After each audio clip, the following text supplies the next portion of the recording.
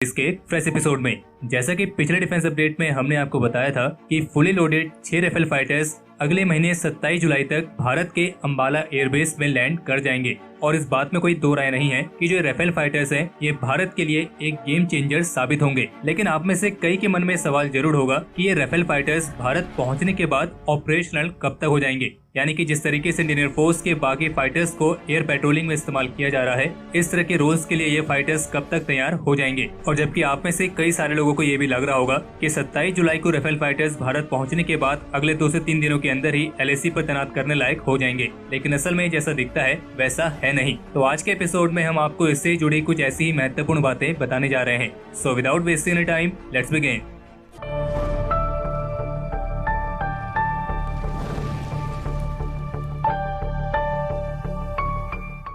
तो जैसा कि डिफेंस अपडेट में हमने आपको बताया था कि 6 राफेल फाइटर्स के भारत आने से पहले ही इनका जो वेपन स्टॉक है वो इन फाइटर्स से पहले ही भारत पहुंच जाएगा। और रिलायबल सोर्सेज के मुताबिक इन वेपन्स के पहले लॉट की डिलीवरी जुलाई के पहले सप्ताह में ही पूरी हो जाएगी। और राफेल फाइटर्स के भारत पहुंचने तक इन हथियारों को अंबाला में स्थित वेपन स्टोरेज फैसिलिटीज में स्टोर करके रखा जाएगा, जो कि पिछले साल के अंत में ही तैयार हो चुकी थी। और राफेल फाइटर्स के वेपन पैकेज में जो मुख्य चीजें हैं वो है मीटियोर मिसाइल, माइका मिसाइल और स्कैल्प क्रूज मिसाइल। और इन वेपन पैकेज को पहले भेजने का मुख्य उद्देश्य यही है कि जब ये फाइटर्स भारत पहुंचे तो उन्हें जल्द से जल्द ऑपरेशनल किया जा सके। और इसलिए 27 जुलाई को भारत के अंबाला एयरबेस में लैंड करने के बाद अगस्त के मध्य तक ही ये राफेल फाइटर्स अपने सारे वेपन पैकेज के साथ ऑपरेशनली रेडी हो पाएंगे। लेकिन अभी भी इसका मतलब ये नहीं है कि इसके बाद ये सीधे LAC पर बाकी फाइटर्स की तरह एयर पेट्रोलिंग के लिए इस्तेमाल किए जाने लगेंगे, बल्कि उससे पहले इन फाइटर्स को अंबाला एयरबेस में स्थित गोल्डन एरोज नाम की नंबर 17 स्क्वाड्रन में औपचारिक रूप से शामिल किया जाएगा। और स्क्वाड्रन में जो इंडक्ट करने की इनॉग्रेशन सेरेमनी है वो अगस्त के आखिरी सप्ताह में या सितंबर के पहले सप्ताह में आयोजित की जाएगी। हालांकि फिलहाल अभी इसकी कोई डेट कंफर्म नहीं है, लेकिन इतना कंफर्म है कि ये इनॉग्रेशन 8 अक्टूबर यानी कि एयरफोर्स डे से पहले किया जाएगा, क्योंकि उसी दिन ये राफेल फाइटर्स सबसे पहले सार्वजनिक तौर पर हमें आसमान में दिखाई देंगे।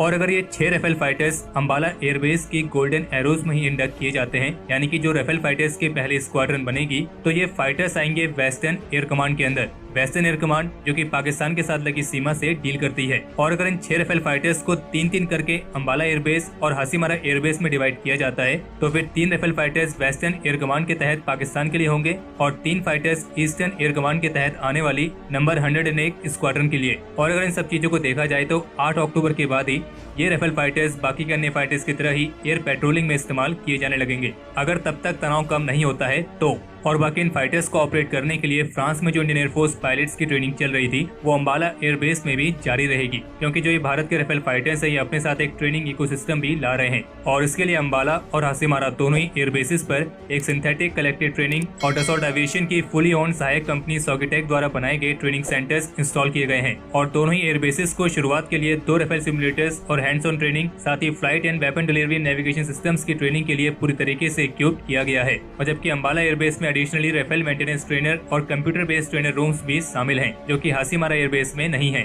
और जैसे कि हमने आपको बताया था कि ग्वालियर में भी इंडियन एयरफोर्स के अपग्रेडेड मिराज 2000 फाइटर्स के लिए इसी तरह के मॉड्यूल को स्थापित किया जा रहा है। और एक ग्वालियर, हासीमारा और अंबाला आपस में डायरेक्टली लिंक होंगे, ताकि इन तीनों बेसिस पर मौजूद इंडियन एयरफोर्स के पायलट्स इन दोनों अलग अलग तरह के एयरक्राफ्ट को कोऑपरेटिव सिमुलेटेड मिशंस के तहत ऑपरेट कर सकें। और ये चीज जहां भारत को एक तरफ चाइनीज फ्रंट में कॉम्बैट एयर पेट्रोलिंग ऑपरेशंस के लिए एनेबल करेगी, और वहीं नॉर्दर्न सेक्टर्स में भी क्लोज एयर सपोर्ट या फिर अगर पाकिस्तान ऑक्यूपाइड कश्मीर में कोई एयर स्ट्राइक करनी है तो ऐसे मिशंस में ये सबसे ज्यादा फायदेमंद साबित होगा। और चूंकि ये तीनों एयरबेसेस आपस में डायरेक्टली लिंक होंगे, तो जो ग्वालियर में मिराज फाइटर्स की स्क्वाड्रंस हैं उससे राफेल फाइटर्स के साथ आने वाले कुछ टूल्स का भी फायदा मिलेगा। और वैसे भी जो अपग्रेडेड मिराज 2000 फाइटर्स हैं वो MICA air to air missile को भी कैरी करते हैं, जो कि राफेल फाइटर्स में भी इस्तेमाल होती है।